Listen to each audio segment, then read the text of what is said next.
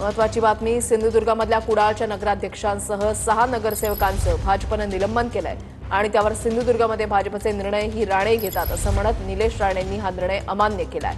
यावरून ठाकरेंचे माजी आमदार वैभव नाईकांनी भाजप जिल्हाध्यक्ष प्रभाकर सावंतांवर टीका केली आहे। त्याला सावंतांनीही प्रत्युत्तर दिलंय।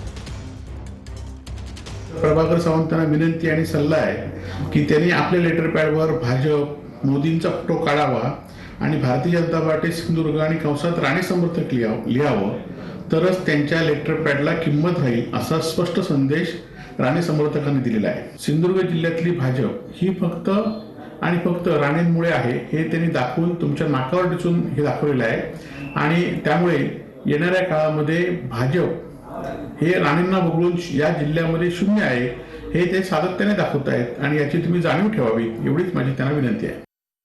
वैभव नाईक यांनी खरं तर भारतीय जनता पार्टीच्या अंतर्गत विषयाकडे किंवा महायुतीच्या अंतर्गत विषयामध्ये काही बोलण्याचं कारण नाही। त्यांनी त्यांचा जो पक्ष आहे विरोधी पक्ष त्याचं त्यांनी काम नित्यनेमाने वगैरे करावं आणि या दोघांमध्ये काही मोठे वाद होतील आणि आपलं काहीतरी फावेल विरोधी पक्षाचं, अशा प्रकारची स्टेटमेंट आहेत। त्यामुळे ते काय फारसं गांभीर्याने जिल्हाध्यक्ष म्हणून घेण्याची मला गरज